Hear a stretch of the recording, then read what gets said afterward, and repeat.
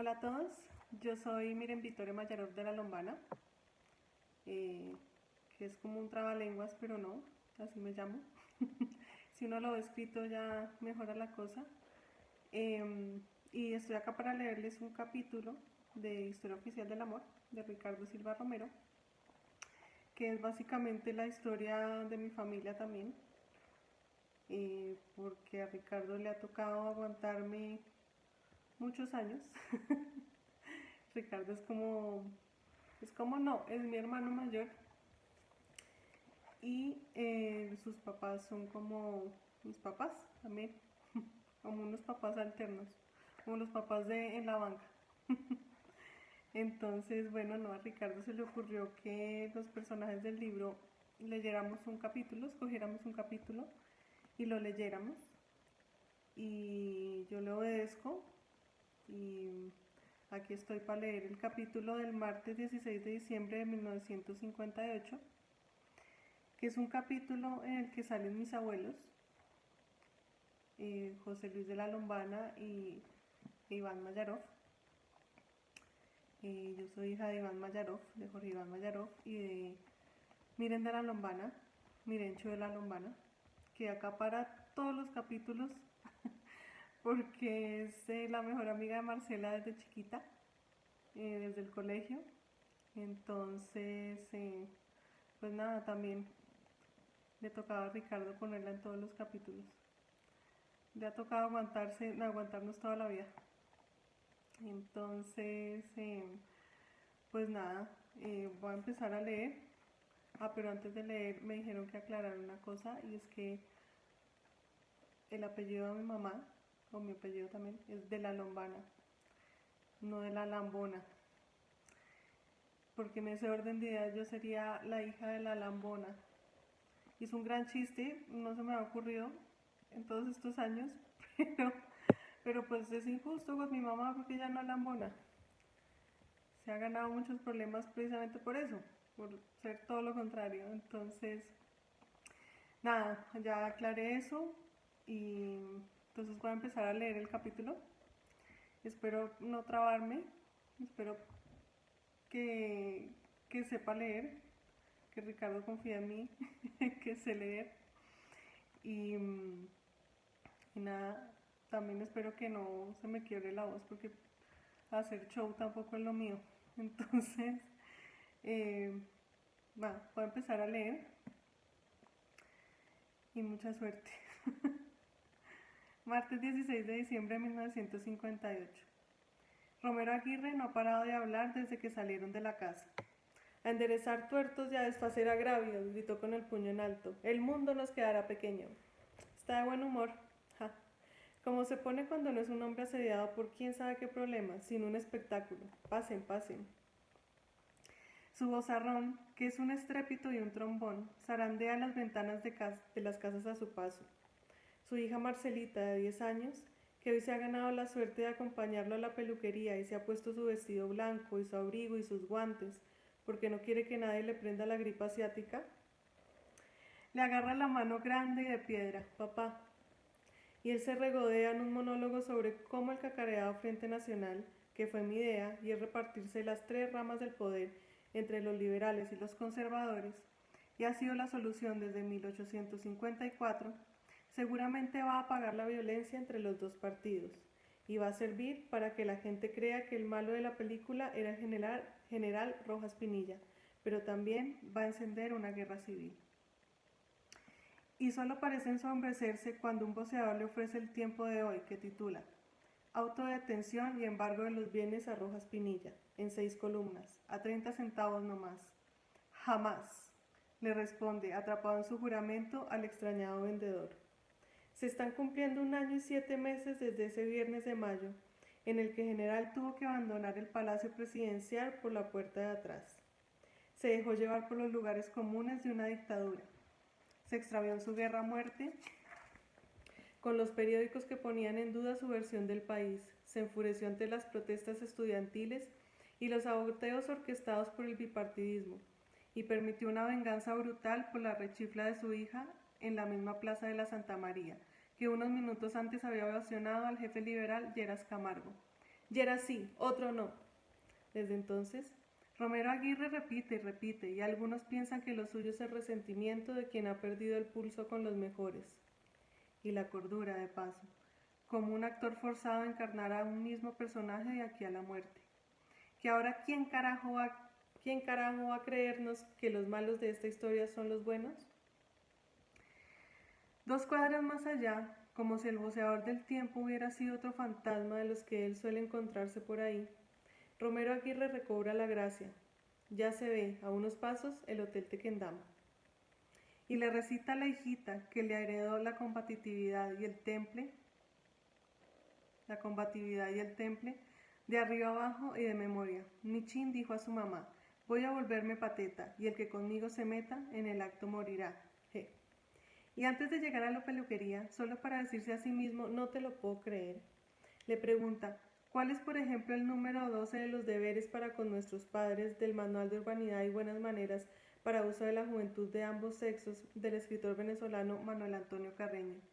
Y ella le responde, si durante nuestra infancia, nuestra niñez y nuestra juventud trabajaron asiduamente para alimentarnos, vestirnos, educarnos y facilitarnos toda especie de goces inocentes, ellos no se desprenden en nuestra edad madura de la dulce tarea de hacernos bien. Ja. Romero Aguirre va a entrar a la vieja peluquería del Tequendama. Doña Marcela, mientras embellecen a tu padre, ¿tú tomas este peso? Compra la banana split que te gusta más en la heladería de la vuelta y subes hasta acá luego a recogerme, le dice a su hija. Y se le pierde detrás de las puertas de vidrio y del letrero arqueado. Mis queridos contertulios, ruge. Y a ella le da no sé qué cuando se va. Marcela ve tranquilo hoy a su papá, pobre papá. Como todos los días de todas las semanas, ella se despertó a hacerle el jugo de naranja a las 4 de la mañana. ¡Ring! Porque el pobre se levanta y se baña y se mete a las 4:30 en su oficina a escribir sus masonerías y sus historias de Colombia, y ya se dio cuenta que si le exprime las naranjas la noche anterior, el jugo le amanece agrio y aguado. Marcelita se acostó en el sofá de cuero de la sala, de vuelta a la cocina más grande del mundo, a dormir otro poquito, pero él la despertó hacia las 6 de la mañana. Buenos días, la más ilustre, la más inteligente del universo, la más lúcida de la región. Necesito que me acompañes a la peluquería. Y ella quería ir con los niños a ver el anciano Yotavich en el lido, mientras los grandes se metían al mogador a ver la llamada fatal.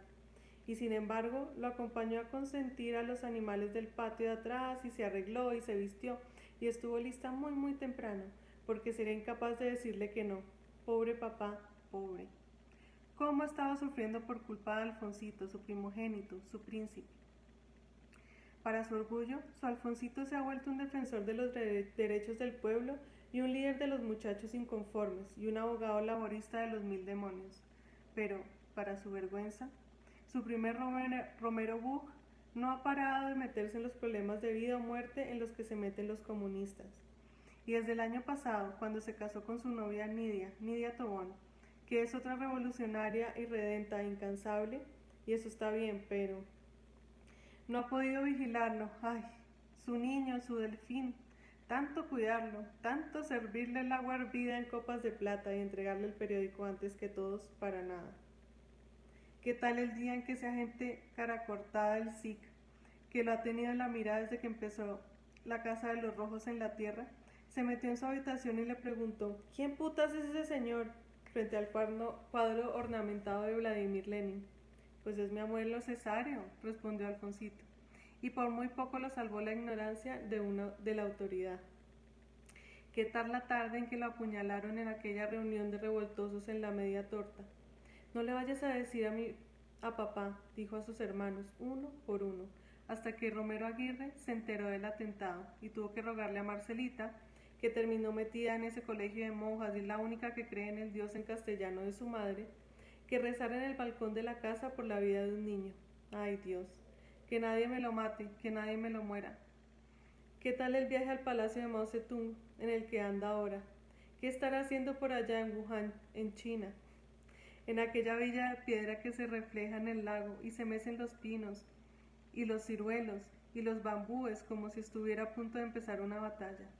Marcelita no va a contárselo a su padre, Pues hoy lo ve sonriente y pleno, pero antes de despedirse de los unos y de los otros, y antes de salir para la peluquería, Marcela, el bus, gritó la Lora del patio, como si nadie le hubiera contado que están en vacaciones, Madre Santa. Se echó en un bolsillo de su abrigo la postal del león de piedra que Alfonsito le envió desde Wuhan y llegó ayer. Señorita Marcela Romero Buch, calle 23, número 1853, Bogotá, Colombia. Este león que aparece en casi todos los palacios de China es símbolo de protección y de bondad. Lee y relee la niña. Te lo hago llegar para que obtengas 5 en todos tus exámenes. Saludos a nuestros hermanos. Alfonso, Wuhan, 10358. El día en que llamó a la casa y se oía su voz tan lejos, Alfonsito le contó a mamá que el palacio de Mao Zedong, donde ha pasado meses y quién sabe cuándo volverá, tenía muchas lámparas y muchas sillas y una mesa larga con un mantel púrpura y unos asientos forrados de seda verde esmeralda. Mao le dice, la casa de las nubes blancas y las grullas amarillas. Mao recibe a los amigos de la revolución en la sala del primer edificio. Mao ve la ciudad desde el otro lado del lago y se baña boca arriba en la piscina y en el lago, y se sienta en su poltrona gris a ver televisión y se queda en su trono de mimbre entre los árboles ancestrales. Y Alfonsito le pregunta cuál es el paso que hay que seguir una vez que se ha comprendido la injusticia, y Mao le responde, vivir no es respirar, sino orar. Y Marcelita le describe y le vuelve a describir la villa y la lucha a Mirenchu, su mejor amiga, como si estuviera allí. Y Mirenchu le cuenta entonces de su padre, el abogado vasco don José Luis de la Lombana y Fonsea, que es un hombre demasiado estricto y demasiado franco para Bogotá, pero asimismo es modesto, crédulo, generoso, divertido, que también se vuelve muy pronto el centro de atención, que es como un viejo porque es como un niño, y como Romero Aguirre y Romero Buch se ha jugado la vida disciplinadamente por sus convicciones. Ay, desde los 20 años, cuando recibió una cachetada de su padre por no quitarse la boina ante una dama de Vitoria que detestaba su compromiso político, puso la cara por el nacionalismo vasco, y como articulista de El Heraldo a la vez, y como cabeza de los nacionalistas, se negó a rendírsele al franquismo, que fue devorándose a España como cualquier quema, y muy a pesar de sus pulmones, sufrió la cárcel de la dictadura, y en sus paredes de su celda escribió, aquí el que no se aclimata, si aquí muere. Y escapó de la cárcel y con la ayuda de ciertos contrabandistas descalzos y envueltos en mantas, como si no hubiera un hombre sino una carga, atravesó los Pirineos hasta llegar a Francia y en Barcelona cumplió la misión de mantener viva la lucha en un periódico, Euskadi, pues el ejército de Franco se había tomado el territorio y el aliento del país era el aliento del fascismo. Y en Barcelona conoció a una activista de la Asociación Femenina del Nacionalismo Vasco, María Jesús Bilbao Asterrechea, de Algorta, y pensó, tendré que volver por ella, cuando notó que irse de esa pobre España era el único modo de seguir con vida, y se fue a defender la causa a Nueva York. Y en Colombia, donde trabajó en el campo en un principio y luego se convirtió en profesor de Derecho y Periodismo, odió esta parte del país dominada por los zánganos a punta de palancas e influencias, y sobrevivido por los trabajadores gracias a su ingenio, y escribió en una de sus cartas, este país es la herencia española, y la gente repite a sus órdenes, como si el país aún fuera una colonia. Pero pronto se sintió bienvenido y querido en Bogotá, y pidió matrimonio, y se casó en Bilbao con María Jesús, pero por carta, por poder, bajo la vigilancia alucinada de las fuerzas franquistas, que anhelaban atraparlo y lo creían tan bruto como ellos. Y ella vino en 1947 a esta ciudad, a donde todos vinimos a dar, y Mirenchu nació el año siguiente, y luego vino su hermano, en la casa de la carrera octava, número 6941. Y hoy don José Luis es el abogado del despacho cubierto de libros y libros, que se niega cortésmente a nacionalizarse, pues este país ya lo ha hecho todo por mí, y se niega a aceptar cargos, pues sería quitárselos a los colombianos, y se dedica a asesorar a todos los que lo necesiten, y uno al principio piensa que es escrupuloso y tajante, y después lo ve diciendo la verdad, sea como sea y cuando sea. y resolviendo la vida con su sentido del humor de viejo y su ternura de hijo, y sospecha que tenerlo enfrente es una suerte. Se está yendo la mañana. Marcelita se está comiendo su banana split en una silla alta y redonda, y se pone a ver por el ventanal de la heladería para no ver a los otros clientes. Pero en vez de tener enfrente a la Bogotá de sombreros, abrigos y ruanas, tiene cara a cara los bosques del Palacio de Wuhan, y las celdas enfermizas de Vitoria, y los picos tenebrosos de los Pirineos, y los rascacielos de vidrio de Nueva York, y los techos puntudos y recónditos de Moscú. Y entonces ve la hora en el reloj, Virgen Santa, y se levanta de su silla y guarda las vueltas en un bolsillo de su abrigo y vuelve en sus pasos detrás de las migas de pan imaginarias que echó por el camino de la peluquería a la heladería. Camina mirándolo todo, los carros dándole la vuelta a la glorieta del Hotel Tequendama, las palmeras al otro lado de la vía, la carroza fúnebre de vidrio jalada por caballos y la capilla blanca de San Diego, en el nombre del Padre, del Hijo y del Espíritu Santo. Pero de tanto en tanto, cuando pasa el sacerdote jalando un burro y el trío de enruanados que le cruza echando pestes contra el gobierno de la restauración democrática, o la señora emperifollada que le pregunta por su mamá, se ve obligada a sonreír como una niña de 10 años, a repetir buenos días. Echa de menos el espejo de agua de la Rebeca, dice, no gracias, a un niño de esa edad que le ofrece el periódico de hoy. Quiere encontrarse ya con su papá, que está ahí sentado en el único sillón grande de la peluquería, como sentado en un trono, mientras un barbero calvo lo peina con gomina, explicándoles a un par de encorbatados por qué va a salirles mal el Frente Nacional. Sí, habrá paz, pero por estos lados. Sí, dormirán tranquilos, pero por estos barrios de esta ciudad. Y 10, 20, 30 años después va a salírseles todo de las manos. Cuando ve a su hija y escucha la frase «qué niña tan linda» en boca de un cliente que está leyendo el periódico, les aclara rápidamente que en este caso la belleza es lo de menos, que ella es la más inteligente de la nación. Marcelita se va hasta donde él está y le toma la mano y él entonces se los presenta a todos. Al tiempo que se saca la corbata de la camisa, de entre los botones de la camisa, y se pone el sombrero para volver juntos a la casa. Este es don José, este es don Manuel, este es don Orlando. Y la señora, que tiene aún la tinta roja indeleble en el dedo índice, porque por fin pueden votar las mujeres, y a ella eso no se le va a olvidar jamás, se llama la señora Pérez. Y este señor que habla con la lengua trabada, porque habla como serbio, es don Iván Mayarov, que tuvo las más prestigiosas peluquerías de Bogotá hasta que el año pasado empezó a fallarle el corazón, pero ahora está reuniendo fuerzas y platas para volver a montar una como debe ser, que es, como lo ves tú, un hombre alegre y esplendido, y cariñoso como un niño agradecido, que va de una aventura a la siguiente, y es veloz y nervioso y ha vivido 1001 vidas ahí donde lo ves, que vive encantado en esta ciudad, porque le parece increíble que la gente sea tan amable.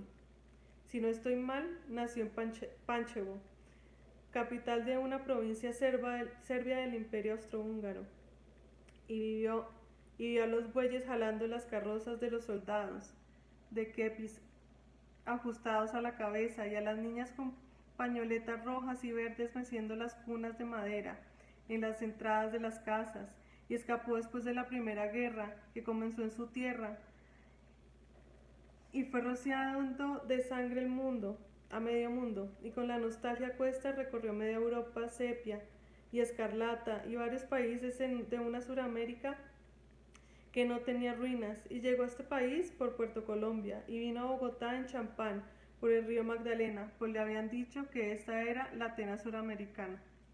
Y aquí se quedó porque le fascinó y lo convenció el buenos días por la calle con quitada de sombrero y la sesión de la cera, y el muchas gracias, señor, que viene después de la siguiente acción amable, y no quiso salir de la Candelaria, que en ese entonces era toda Bogotá, desde que empezó a trabajar como el chino que limpiaba las escupideras y barría los mechones despeinados, despeñados, y cepillaba los hombros de los clientes de una peluquería en la calle 13, entre las carreras sexta y séptima.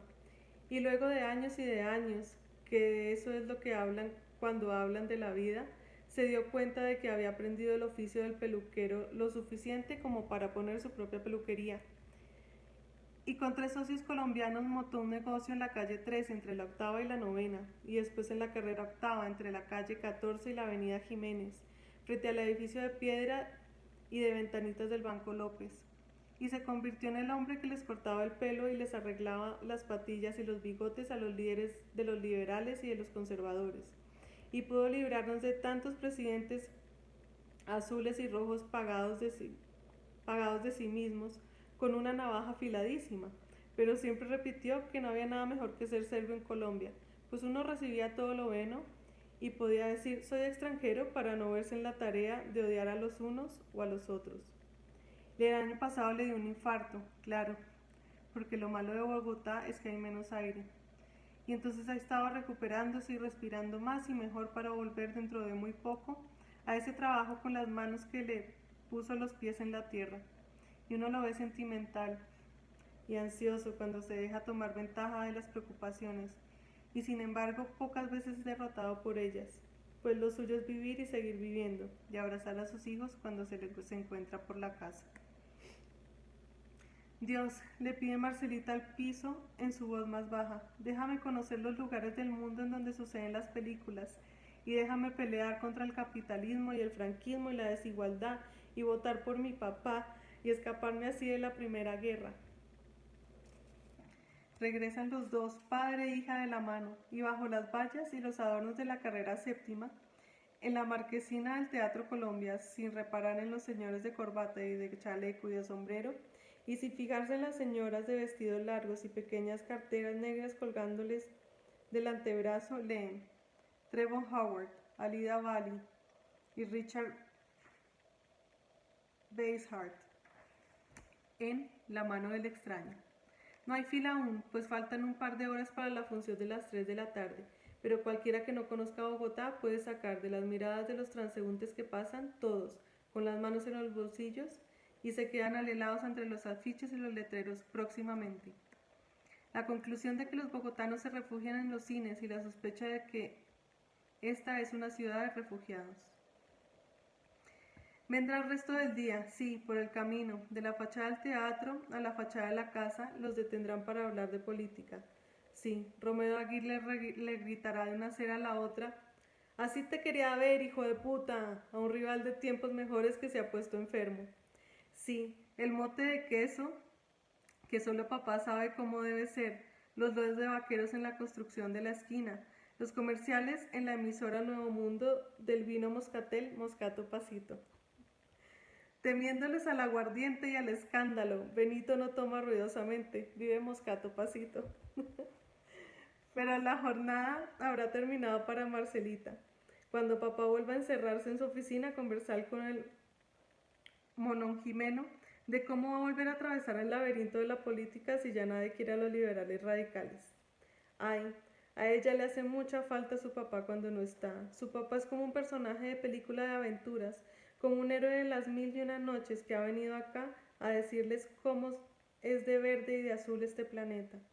A las 6 de la tarde reza el primer día de la novena de aguinaldos, sola, con su mamá, benignísimo Dios de infinita caridad que tanto amastes a los hombres. Pues nadie en esa casa cree en nada, y nadie en esta sala tiene fe, y se ponen a arreglar juntas la Navidad, y ella le pregunta a mamá, ¿cómo era Fuentes de Nava? Mientras arman el pesebre en un rincón de la sala, y solo cuando ya se va a dormir, él se asoma desde la puerta, con toda la luz del mundo atrás, y le promete que ella un día va a ir a Wuhan, no, y a Vitoria, y a Algorta, y a Fuentes de Nava, y a Panchevo, y le dice que por si las moscas siga rezando, así él no crea en ningún señor con mayúsculas. Entonces ella siente que el día fue verdad. Gracias por mi banana split, papá, le dice. Para ti el sol, la luna y las estrellas, le responde. No me acordaba que acá salía Moscato Pasito. Nada, muy bonito capítulo. espero la haya leído medianamente bien. Y nada, gracias Ricardo por este libro, porque de verdad es la historia de todos. Y no, nada, lo único que me queda por decir es muchas gracias, de verdad.